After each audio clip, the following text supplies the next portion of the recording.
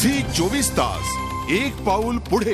Mumbai central स्थानकावर NIA आणि आयकर खात्यानं मध्यरात्रीनंतर केलेल्या धडक कारवाईत मोठ्या प्रमाणात रोख रक्कम आणि दागिने जप्त केलेत। या प्रकरणी पोलिसांनी 47 जणांना चौकशीसाठी ताब्यात घेतलंय। नोटा मोजण्याचं काम सुरू असून ही रक्कम कोट्यवधींच्या घरात असल्याची माहिती सूत्रांनी दिली आहे। गुजरातच्या वेगवेगळ्या शहरात या बॅगा पोहोचणार होत्या, मात्र त्याआधीच एनआयए आणि इन्कम टॅक्सच्या संयुक्त कारवाईत ही भली मोठी रक्कम पकडण्यात आली। 4 ट्रकमध्ये भरून या बॅगा आणण्यात आल्या होत्या। गुजरात मेलने या बॅगा रवाना होण्याची तयारी सुरू होती, मात्र त्याआधी एनआयए आणि इन्कम टॅक्स डिपार्टमेंटने छापा मारून या बॅगा ताब्यात घेतल्या।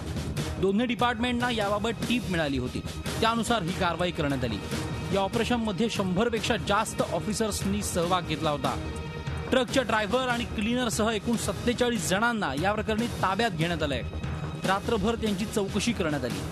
हवाला रॅकेटमधून ही रोकड जमल्याचा संशय व्यक्त करण्यात येतोय, मात्र अजूनही कॅमेऱ्यासमोर थेट प्रतिक्रिया द्यायला अधिकारी तयार नाहीत। नहीं कुछ तो कितने हैं आपने बोला मैं 5 मिनट में बताता हूँ। सॉरी कितने बैग हैं, कितने लोगों को 1000 करोड़ रुपए है करीब।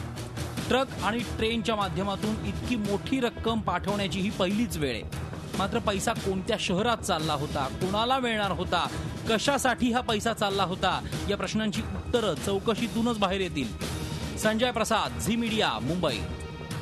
झी 24 तास एक पाऊल पुढे।